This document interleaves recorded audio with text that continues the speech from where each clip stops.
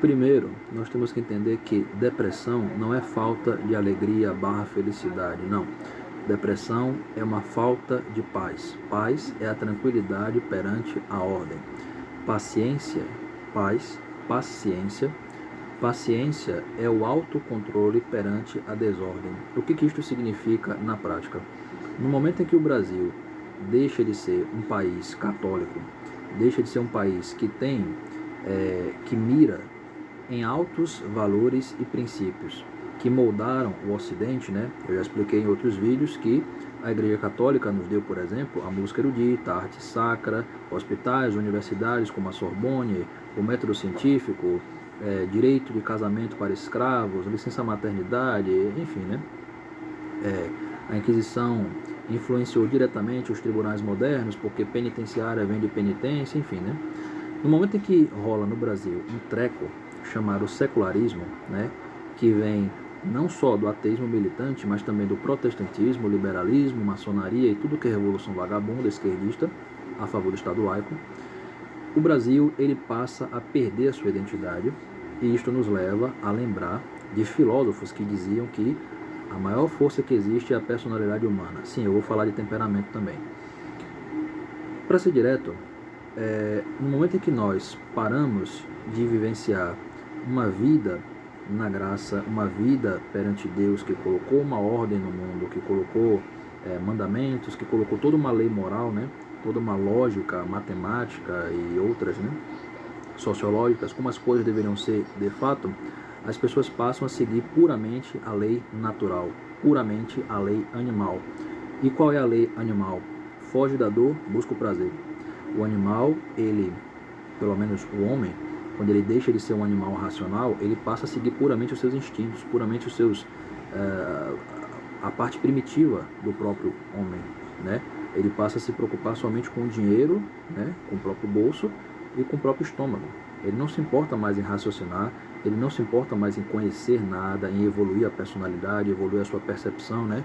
Porque a filosofia, ela trabalha com percepção, ela trabalha com a evolução da personalidade que se completa no momento em que nós seguimos, somos e vivemos, né, a ordem, a verdadeira ordem. Então, como é que isso é na prática?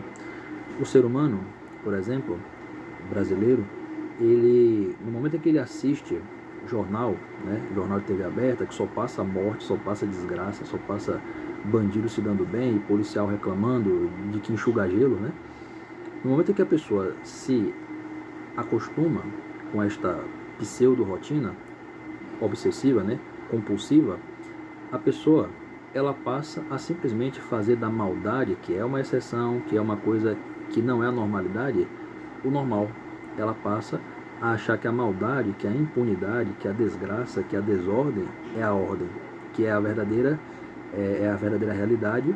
E no momento em que alguém tenta tirar ela desta ordem, né, que ela acha que está seguindo, ela passa a seguir uma lógica completamente invertida. Então ela passa a se acostumar com a maldade, sendo que a maldade ela é exceção, ela é o problema, por isso que ela incomoda, porque a maldade não é a verdadeira realidade, pelo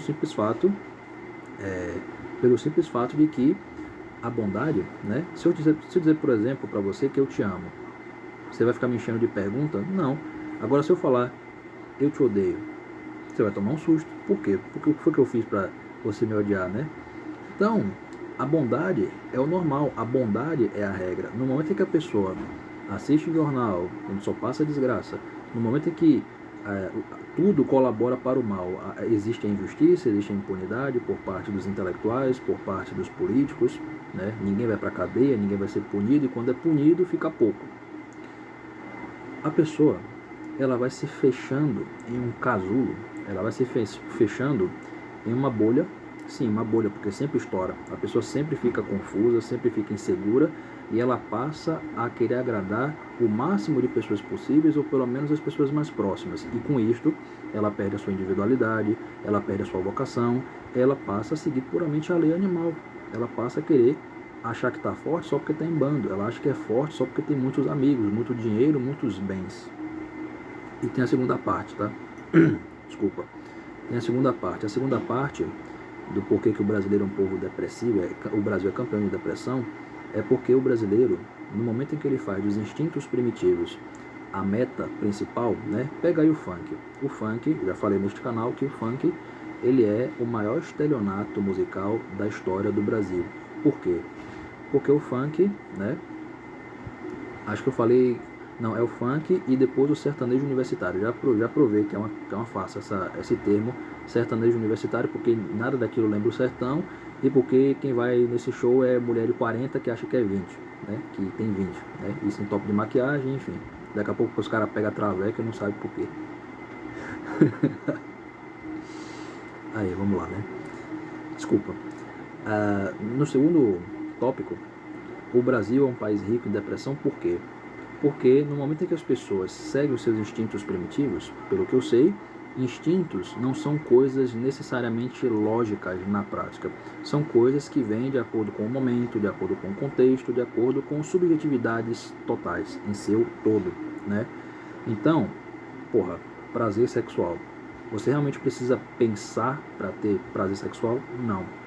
E no momento em que o prazer sexual lhe dá uma alta carga de dopamina, como por exemplo a pornografia, que é a maior fábrica de crimes sexuais da sociedade, e as feministas nunca vão refutar isso, foram elas que criaram essa porra.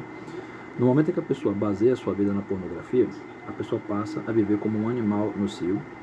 E, pegando essa questão da impunidade no geral, de assistir jornal, só merda, só desgraça o tempo todo. E no momento em que ela faz dos instintos primitivos, dos instintos puramente... O cérebro ele tem o lado emocional e tem o lado intelectual, né? O lado primitivo e o lado da razão, né? A alma também complementa isso, né? Porque a alma é feita de inteligência, vontade, sensibilidade, que são imateriais / sobrenaturais. E a teologia explica isso muito bem, né? É a coisa que mais explica o ramo sobrenatural, né? O ramo imaterial no homem, que transcende o homem. Mas no momento em que a pessoa não segue, como eu disse no início, a pessoa não segue as suas vocações transcendentes, sobrenaturais, vocacionais, enfim, ela segue a lei animal e ela fica presa a isto desesperadamente, porque de fato é uma coisa prazerosa, né? Esse negócio de você ficar comendo pizza, coisas que só lhe dá carga de dopamina, né? Inclusive, só falar aqui uma coisa rápida, a dopamina, ela não é o hormônio do prazer primeiramente, ela é o hormônio da caça. E no momento em que a dopamina ela é trancada, por que ela é trancada? Porque tem uma hora que o cérebro não aguenta mais, né? O cara que assiste pornografia, na primeira vez, ele vai sentir tanto prazer quanto assistindo na quinta. Quando chega na quinta, na sexta vez que ele assiste e peca contra o sexto mandamento, ou o nono também, o cérebro não aguenta, porque o ser humano ele não foi criado para viver como um animal nocivo. Ele foi criado para seguir uma ordem. E a ordem é o quê? O ser humano não foi criado para comer o tempo todo, para beber o tempo todo e nem para ver ou fazer sexo ou prostituição, fornicação o tempo todo.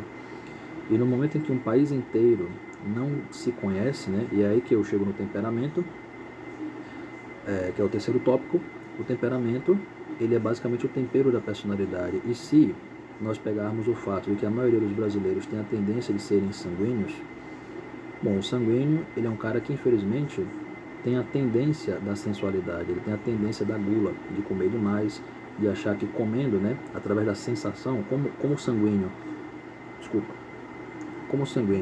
ele protagoniza o elemento do ar, o ar, ele se baseia em sensações, ele se baseia em coisas do momento, ele é inconstante, ele não marca como o colérico que representa o elemento do fogo, né? O fogo ele queima, o fogo ele devora, ele domina. Já o sanguíneo, ele é ar, ele é muito mais, às vezes, uma coisa que vem de fora do que de dentro, né? Ele se baseia onde ele está. O ar, ele pode se contaminar, ele pode ser purificado, ele é muito influenciável neste sentido sensível. E, continuando, o sanguíneo, né? Os brasileiros sendo sanguíneos no geral, ele tem a tendência de achar que tudo é sensualidade.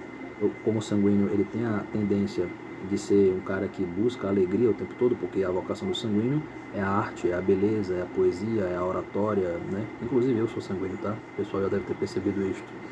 O sanguíneo, ele tem uma tendência, uma fortitude com crase, a buscar, né, soluções rápidas, porque o sanguíneo é inconstante. O sanguíneo ele é superficial, sabe? Tem os bons sanguíneos e os maus sanguíneos. Quando o cara é um mau sanguíneo, cara, por que você acha que o brasileiro ele só se importa com meme, com palhaçada, sabe? O brasileiro, ele tem a tendência de querer agradar todo mundo, ele tem a tendência de ser idólatra, né? Na política, Lula, Bolsonaro, são os deuses da atualidade, né? O pessoal do MBL, que pra mim é esquerdista, é liberal, né? Defende o Estado laico. O liberalismo, cara, a Revolução Francesa foi genocida, cara. Criou o Estado laico, que criou o comunismo, que criou o nazismo, que criou a porra toda. Então não tenho tempo pra isso, tá? Eu não tenho tempo pra cair nesse engano de achar que os caras são de direita, vai salvar o Brasil. Então, cara, para o vídeo não ficar muito grande, estes 3 tópicos explicam o porquê que o Brasil é o país mais depressivo do mundo. E olha que eu dei aqui um negócio geral, né? Tipo assim, claro que eu poderia me aprofundar muito mais, né? O Brasil, ele é o país em que se você faz uma caridade, é você que deve. Tipo assim, você dá R$20 pro cara, você deu R$20 pro cara, o cara tá desempregado, enfim, você dá R$20 pro cara. Um tempo depois, quando você aparece pro cara, cadê meus R$20? Mas eu já te dei. Ah, mas você não vai dar de novo? Não, porque eu não tenho. Ah, você não presta. É assim.